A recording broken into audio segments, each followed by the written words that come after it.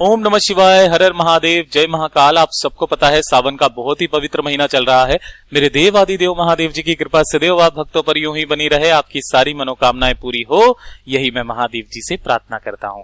देखिए, अगर आपके जीवन में परेशानियों ने आपको घेरा हुआ है, कष्ट खत्म होने का नाम ही नहीं ले रहे हैं, चाहे वो आपकी धन की समस्या हो, चाहे वो बीमारी की समस्या हो, घर में कलेश या सुख समृद्धि नहीं बन रही हो, या फिर आपकी कोई मनोकामना है जो काफी समय से पूरी नहीं हो रही है, उपाय करते करते आप थक चुके हो ना, तो एकादशी का ये बहुत ही पवित्र उपाय, बहुत ही सुंदर से दिन आपको करना होगा। एका मिट्टी वाला उपाय पूज्य गुरु जी की कथा से सुन करके और समझ करके पूरे उपाय को बड़े ही विस्तार से बताऊंगा।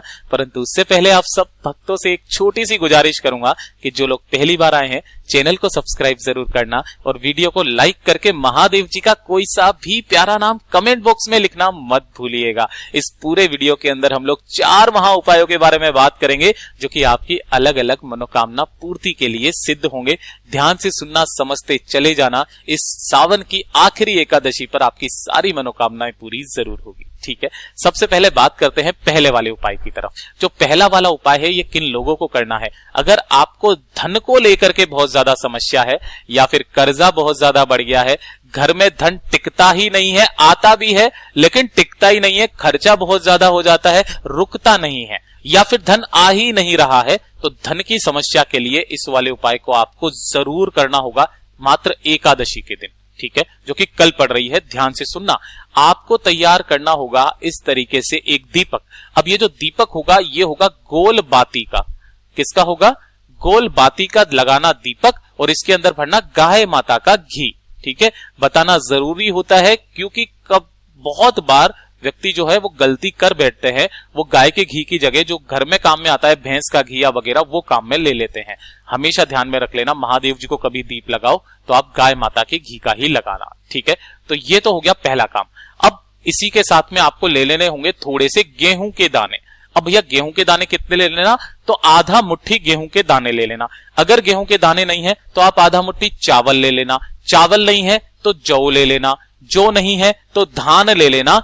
कुछ भी इनमें से जो मिले वो कुछ भी ले लेना, आधी मुट्ठी। ठीक है ना? ये मैं क्यों बता रहा हूं? क्योंकि जब भी आप दीपक लगाओगे ना, तो उसके नीचे आसन लगाना बहुत ज्यादा जरूरी है। तो ये आसन के लिए मैंने आपको बोला है, आप गलती मत करना। ठीक है, अब उसके बाद में इन दोनों को लेकर के प्रदोष काल में आपको पहुंचना होगा। कहां पर? बेल पत्र के पेड़ के पास। मैं यहां लिख भी देता हूं, गलती मत करना कोई भी, क्योंकि आखिरी एकादशी है, ध्यान से करना। ठीक है, प्रदोष काल में आपको जाना है एकादशी के दिन। ठीक है, एकादशी के दिन यहां पर जैसे ही आप पहुंचोगे, ओम नमः शिवाय, श्री शिवाय नमस्तुभ्यम का स्मरण करते हुए आपको पहले तो आसन लगा देना है, जो भी आप गेहूं, धान, चावल या जो लेकर के आए हो उसका, और उसी के ऊपर आपको उस दीपक को लगा देना है, प्रज्वलित कर देना है, ओम नमः शिवाय, श्री शिवाय नमस्तुभ्यम का स्मरण करते हुए।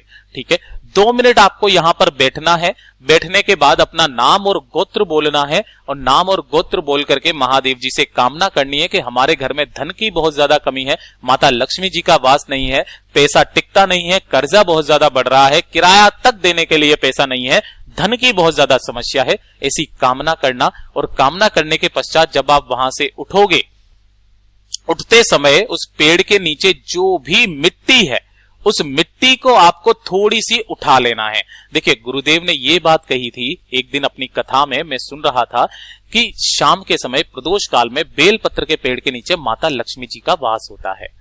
ठीक है, और जो भी व्यक्ति एक घी का दीपक वहां पर लगा देता है और इस उपाय को कर देता है ना, माता लक्ष्मी जी उसके पीछे पीछे उसके घर में जाकर के विराजमान हो जाती हैं। ठीक है, तो जब आप इस मिट्टी को उठाएंगे, माता लक्ष्मी जी का ध्यान करेंगे और इसे लेकर के आपको अपने घर पर आ जाना है। और घर पर आने के बाद इस मिट्टी को आपको कोने कोने में छिड़क देना है ना? लेकिन ये चीज ध्यान रखना, मंदिर के आसपास एक तो नहीं छिड़कना है, दूसरा काम क्या करना है, जो बाथरूम और शौचालय है उधर नहीं छिड़कना है। और इस मिट्टी को कहां से छिड़कते हुए आना है? यहां पर, जैसे कि ये तो हो गया आपके घर का दरवाजा, ठीक है, और इसके बाहर भी यहां पर एक मेन गेट होता है ना आपका, उस मेन गेट से छिड़कते हुए आपको घर के अंदर प्रवेश करना है। और जिस तरह से आप प्रवेश करेंगे, उसी तरीके से माता लक्ष्मी जी भी आपके घर में प्रवेश करेंगी, वो विराजमान हो जाएंगी। आपके घर में कभी भी धन संपदा की कमी नहीं रहेगी, व्यापार आपका उन्नति की ओर बढ़ता चला जाएगा। किसी व्यक्ति की परिवार में नौकरी नहीं लग रही है, नौकरी लगेगी। कहने का मतलब यह है पूरे परिवार की उन्नति संभव है, जो व्यक्ति हर एकादशी के दिन इस उपाय को कर लेता है। यह हो गया पहला उपाय। अब बात करते हैं दूसरे वाले उपाय की तरफ। ठीक है, दूसरा वाला उपाय किन लोगों को करना है, ध्यान से सुनना। अगर आपके घर में बीमारी बहुत ज्यादा है ना, बीमारी ने पैर पसारे हुए हैं, कोई व्यक्ति बहुत ज्यादा बीमार रहता है, थोड़ा सा मौसम चेंज हुआ तो बीमारी हो गई, या फिर आप चाहते हो आपके परिवार में कभी कोई बीमारी ही ना हो, तो छोटा सा उपाय कर लेना। अगर किसी को अपनी बीमारी के लिए ये उपाय करना है तो उस बीमार व्यक्ति को ये उपाय करना होगा, और उसके परिवार का व्यक्ति भी इस उपाय को उसका नाम और गोत्र बोल करके कर सकता है। और अगर आपके परिवार में आप चाहते हो कभी कोई बड़ी बीमारी प्रवेश ना करे, तो घर का कोई भी सदस्य, माता, बहन, सौभाग्यवती स्त्री अपने परिवार के लिए इस उपाय को कर सकती है। करना क्या है, ध्यान से सुनिए। आपको लेने होंगे इस तरीके से छोटा सा दोना आता है ना, सब्जी वाला दोना, उसके अंदर आपको लेने होंगे थोड़े से हरे मूंग। अब ध्यान रखना, इन हरे मूंग को आपको एक काम करना है, रात भर पानी में गला देना है, या फिर 2 से 4 घंटे इसको गला देना। ठीक है, 2 से 4 घंटे गला देने के बाद ये फूल जाएगी, तो आपको फूली हुई हरे मूंग लेने हैं। ठीक है, इसी के साथ लेने होंगे गुड़ का टुकड़ा, 1 या 2 गुड़ के टुकड़े ले लेना थोड़ा सा उपाय के लिए। ठीक है, अब ध्यान से सुनना, 1 लोटा शुद्ध जल लेना। अब उसके बाद आपने जो एक उसके अंदर गलाए हैं ना ये हरे मूंग के दाने, उन्हीं हरे मूंग के दानों के ऊपर ही आपको उस एक गुड़ के टुकड़े को रख देना है, और 1 लोटा शुद्ध जल लेना है अपने घर का, और इसे लेकर के पहुंच जाना मेरे देवादिदेव महादेव जी के मंदिर शिवलिंग के पास। एकादशी के दिन सुबह जाना चाहो सुबह चले जाओ, शाम को जाना चाहो शाम को चले जाओ, कोई दिक्कत नहीं है। यहां पर जाने के बाद में आपको जो भी पूजा अर्चना करनी है वो मेरे देवादिदेव महादेव जी की कर लीजिए, और उसके बाद आपके परिवार का जो भी व्यक्ति बीमार है उसका नाम और गोत्र बोल करके उस गुड़ और हरे मूंग को आपको यहां पर समर्पित करना है। इससे शिवलिंग से टच करवा करके यहीं बगल में ही यहां पर रख देना है। ठीक है ना, चढ़ाना नहीं है, बगल में रख देना है। और उसके बाद 1 लोटा शुद्ध जल मेरे देवादिदेव महादेव जी के ऊपर ओम नमः शिवाय श्री शिवाय नमस्तुभ्यम का स्मरण करते हुए कुंदकेश्वर महादेव जी के नाम से समर्पित करना है। ये काम कर दोगे। अब ध्यान से सुनना, अगर आपका कोई व्यक्ति बीमार वगैरह नहीं है, आप चाहते हो कि आपके परिवार में बीमारी ना हो, तो ऐसी कामना करके आपको यहां पर इस चीज को रखना है। ठीक है, उसके बाद जब आप पूजा अर्चना करके सारे काम से फ्री हो जाएंगे, पूजा अर्चना वगैरह सब कुछ हो जाएगा, उसके बाद आपको ये जो गुड़ और हरा मूंग है इसे उठाना, और उठा देने के बाद में आपके आसपास जो भी नंदी बाबा इस तरीके से मिले, नंदी या बेल, ध्यान रखना जिनके नाक में से रस्सी नहीं गई हुई हो, ऐसा बेल या गाय आप देखना और उन्हें खिला देना। अगर आपके घर में पर किसी भी व्यक्ति के अंदर शरीर में शारीरिक ताकत नहीं है या वो नहीं है, तो उसके लिए भी ये वाला उपाय बहुत ही ज्यादा असरदार और अचूक है। नंदी बाबा जैसी ताकत उनके अंदर आने वाली है। पूज्य गुरु जी का ये वाला भी उपाय बहुत ही ज्यादा खास और अचूक है, जरूर कीजिएगा।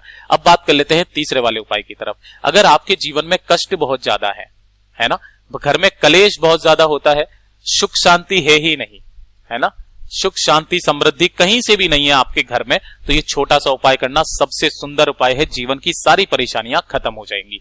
आपको लेनी होंगी इस तरीके से 7 सुंदर सुंदर बेलपत्र, जो कहीं से भी खंडित ना हो। ना मिले तो आप शिवलिंग से उठा लेना, उन्हें भी आप काम में ले सकते हो। ठीक है, लेकिन खंडित मत लेना। इसी के साथ आपको लेना होगा 1 लोटा शुद्ध जल अपने घर का। ठीक है, और इन 7 बेलपत्रियों को आपको इसी वाले लोटे के अंदर डाल लेना होगा। 7 बेलपत्री इसी लोटे के अंदर डाल लेना। इसे लेकर के पहुंचना मेरे बाबा भोलेनाथ जी के मंदिर शिवलिंग के पास में। परंतु जैसे ही आप जाओगे सबसे पहले दर्शन होंगे नंदी बाबा के। आपको दोनों हाथों से उस 1 लोटा जल जिसके अंदर आपने 7 बेलपत्र डाले हुए हैं, उन्हें नंदी बाबा के उठे वाले पैर पर समर्पित करना होगा। इतना धीरे समर्पित करना कि बेलपत्र उसमें से गिर के यहां पर चढ़े ना। बेलपत्र अंदर ही रहने चाहिए, केवल आपको यहां पर जल चढ़ाना है। ठीक है, उसके बाद जब आप जल चढ़ा देंगे, 7 बेलपत्रियों को निकाल करके एक एक करके मेरे बाबा भोलेनाथ जी की शिवलिंग पर आपको समर्पित करना होगा। एक क्रम के अनुसार की डंडी रहेगी जलाधारी की तरफ, और बीच वाली पत्ती का मुख रहेगा आपकी तरफ, जो चिकना वाला हिस्सा है वो रहेगा नीचे की तरफ। पूज्य गुरुजी ने बताया कि जो भी व्यक्ति एकादशी के दिन इस उपाय को कर लेता है ना, यकीन मानिए उसके जीवन की सारी समस्याएं, कष्ट, तकलीफें दूर होती है, परिवार में कलेश खत्म होता है, सुख शांति समृद्धि बनी हुई रहती है। पूज्य गुरुजी का ये वाला भी उपाय बहुत ही ज्यादा खास और अचूक है, जरूर कीजिएगा। और अब बात कर लेते हैं सबसे आखिरी उपाय। अगर आपकी कोई मनोकामना पूरी नहीं हो रही है, उपाय करते करते थक गए हो, लेकिन फिर भी आपकी कोई मनोकामना पूरी अभी तक नहीं हुई है, तो ये छोटा सा उपाय कर लेना। घर प्राप्ति की, दुकान खोलने की इच्छा, किसी भी तरीके की आपकी इच्छा होगी पूरी जरूर होगी। एकादशी के दिन ही मात्र इस उपाय को किया जाता है, ध्यान से सुनिएगा। ठीक है, आपको लेना होगा इस तरीके से 1 लोटा शुद्ध जल अपने घर का। उसके बाद में आपको लेनी होंगी 5 बेल पत्र जो कहीं से भी खंडित ना हो। उसके साथ ही आपके घर में जो भी आपको चंदन मिल जाए, लाल या पीला, केसरी चंदन या सफेद चंदन, तो आपको चंदन ले लेना है। थोड़े से लेने होंगे चावल के दाने। क्या लेना होगा? चावल के दाने। थोड़े से लोगे तो थोड़े से लेना इस तरीके से कि इसमें से 5 चावल के दाने अलग रख लेना और बाकी के थोड़े से अलग रख लेना। ठीक है ना। और इसी के साथ में आप एक तैयार करना दीपक, है ना। किसका दीपक? गाय माता के घी का गोल बत्ती का दीपक। और इन्हीं सभी को लेकर के पहुंचना मेरे बाबा भोलेनाथ जी के मंदिर शिवलिंग के पास में। ठीक है, जैसे ही आप यहां जाएंगे बाबा भोलेनाथ जी की चौखट पर आपको सबसे पहले जो एक दीपक है उसे आपको प्रज्वलित कर देना है और उसी के नीचे आपको आसन लगा देना है उन्हीं चावल के दानों का, लेकिन उनमें से 5 चावल के दाने अलग से रखना।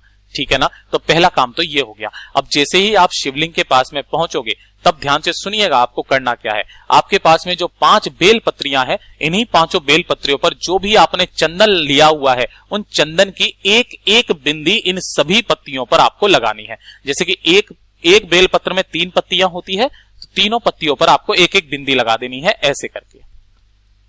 ठीक है, इसी तरीके से दूसरी बेलपत्र पर लगाना, तीसरी बेलपत्र पर लगाना, सभी पर लगानी है। ठीक है, ये काम हो गया। उसके बाद में आपको एक बेलपत्र उठाना है। एक बेलपत्र उठा करके और उसके ऊपर एक अक्षत यानी कि चावल का दाना लेकर के उसे सबसे पहले समर्पित करना होगा। कहां पर? वो चीज ध्यान से सुनिएगा। पहले नंबर पर समर्पित करना होगा गणेश जी के स्थान पर। ठीक है ना। गणेश जी का स्थान कौन सा होता है? शिवलिंग पर ही पूरा परिवार विराजमान होता है, सबको पता है। यहां पर पहले नंबर पर बेलपत्र यहां समर्पित करना, चंदन और एक चावल का दाना लेकर के। दूसरी बेलपत्र आपको कार्तिकेय जी के स्थान पर समर्पित करनी होगी। ठीक है ना। तीसरी बेलपत्र जो है वो आपको नंदी बाबा के उठे वाले पैर पर समर्पित करनी होगी। और जब आप पैर पर समर्पित करोगे ना, क्रम ध्यान रखिएगा, डंडी रहेगी पैर की तरफ और बड़ी वाली पत्ती का मुख रहेगा कहां पर? शिवलिंग की तरफ। इस तरीके से समर्पित करना तीसरे नंबर की। चौथे नंबर की जो बेलपत्री होगी वो आपको समर्पित करनी होगी, ये जो ऊपर की तरफ मटकी लगी हुई रहती है ना, इस मटकी पर उसी तरीके से एक चावल का दाना रख के चंदन की बिंदी लगा करके। और जो 5वीं बेलपत्र सबसे आखिरी बेलपत्र है, अपनी कामना कहते हुए एक चावल का दाना उसके ऊपर रखना बेलपत्र पर, माता रानी के हस्त कमल पर। जो ये वाला हिस्सा होता है ना जहां से शिवलिंग जुड़ा हुआ रहता है, ये माता रानी का हस्त कमल है, यहां से टच करवा करके शिवलिंग के ऊपर समर्पित करना। पत्ती का मुख रहेगा आपकी तरफ, डंडी रहेगी आपसे विपरीत दिशा में। उसके बाद 1 लोटा शुद्ध जल लेना और उस 1 लोटा शुद्ध जल को जिस जगह पर भी आपने बेलपत्री को समर्पित किया है उसी 1 लोटे में से आपको सभी जगह पर थोड़ा थोड़ा जल समर्पित करना है और अंत में आपको महादेव जी की शिवलिंग पर पूरा जल समर्पित कर देना है। ओम नमः शिवाय, श्री शिवाय नमस्तुभ्यम का स्मरण करते हुए अपनी कामना कहते हुए अपना नाम और गोत्र बोलना और वापस पूरी पूजा करने के बाद अपने घर की तरफ वापस चले आना। गुरुदेव ने बताया 1 से 2 एकादशी कर लेना, आपकी जो भी कामना होगी पूरी जरूर होगी।